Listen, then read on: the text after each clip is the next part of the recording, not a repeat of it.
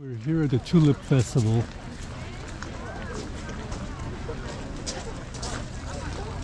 On a rainy day.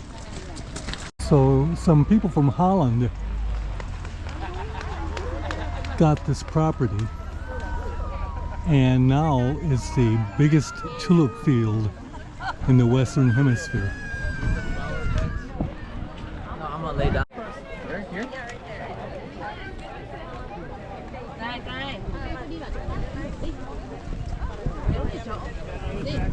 Just acres and acres and acres of tulips.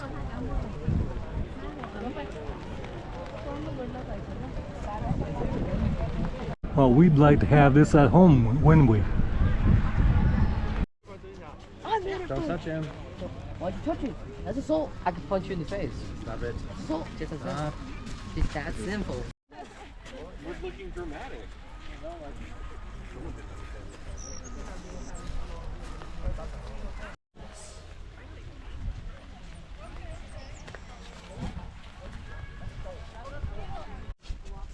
Alright, but rain will do.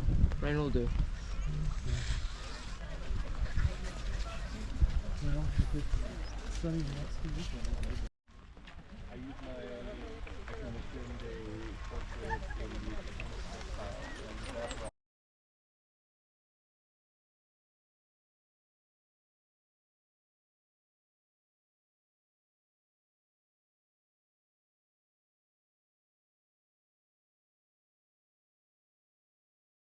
Well, shooters and reloaders and Three Circles passengers and members, it's Fortune Cookie 45 LC coming to you from the hot lead zone.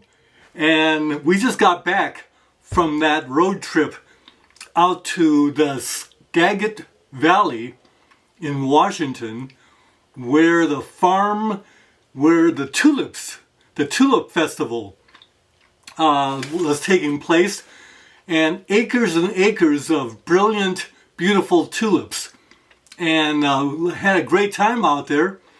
Turns out that that's the biggest tulip farm in the Western Hemisphere. In fact, it's only second place to the big one in Holland.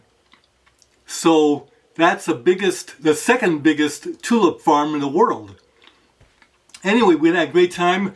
After we did that, we went into Bellingham, which is a college town. Bellingham, Washington. It's where Western College is. But we dropped into a nice block party that they have there every weekend. And there's lots of live music. And as you saw, we had a nice lunch there.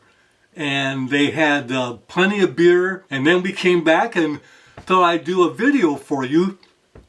Now, I really shortchanged Leroy Hunter because he got the 200 grain semi-wad cutter H&G 68, and I didn't have any of those on hand. So I was thinking that I might have some of those in the storage shed. Well, I went to that and had to dig around because it's all put in boxes.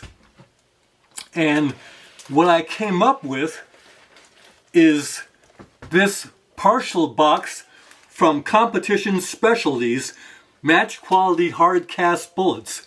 And these are the H&G 68. So let me show you some of those, and we're going to go ahead and load some of those as for Leroy Hunter. So there you see the Competition Specialties H&G 68s. There's 4 of them there. And Competition Specialties is located in Iowa.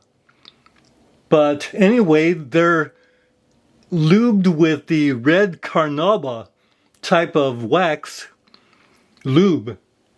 And if you look carefully, the Lee semi-wad cutter, the long nose, is not the same as the H&G 68. You see, the shoulder is not quite as wide, so what happens is the Lee semi-wad cutter has more of a truncated cone. What the H&G 68 is it's designed so that this point right here, where the me-plat meets the semi-wad cutter, that's actually right on the ogive of the 230 grain GI hardball, whereas the Lee is not in that location. Now this works fine, and both of these will function in a 1911 that throat will accept the semi-wad cutter bullets, and I'm hoping that Leroy Hunter's Les Bear 1911 will feed these without any trouble. And I'm thinking that it will, because Les Bear, the pistol, is a kind of a custom pistol, really, and should be throated for the semi-wad cutters as well. So because of this point being where it is, when the bullet hits the feed ramp of the 1911 pistol, it hits the same spot that the 230 grain round-nosed hardball hits. Both of these designs feed well in a 1911 pistol where the throat will accept semi-wad cutter bullets. So to keep this video from being too long, what I'm doing is I'm using brass that's already been wet tumbled and resized and neck expanded, mouth flared, and primed. This is PMC brass. So all we gotta do is powder charge them and then seat a bullet and crimp, and we're done. So look at those beautiful H&G 68 reloads, and they're ready to go. Those taper crimps look just fine.